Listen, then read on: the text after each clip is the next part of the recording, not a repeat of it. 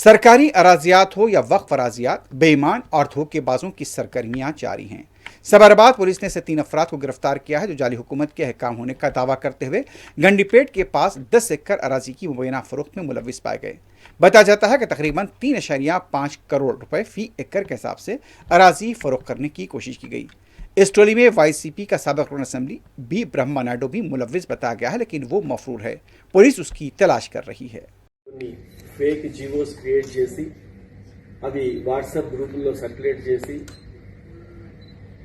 కోర్టులని తర్వాత రెవెన్యూ అఫీషియల్స్ని కూడా తప్పుదావ పెట్టించి రియల్ ఎస్టేట్ మార్కెట్లో దీన్ని మిస్లీడ్ చేస్తూ ఒక డబ్బులు సంపాదించాలనే కుట్రని నార్సింగి పోలీసులు cyber crime and EOW teams కలిసి క్రాక్ చేయడం జరిగింది.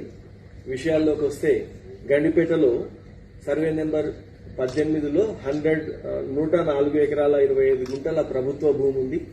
ఇది ప్రభుత్వ రికార్డులలో కాస్రపాణి అంటే 1954 నుంచి కూడా ప్రభుత్వ భూమిగానే అది రికార్డులలో ఉంటూ వస్తుంది.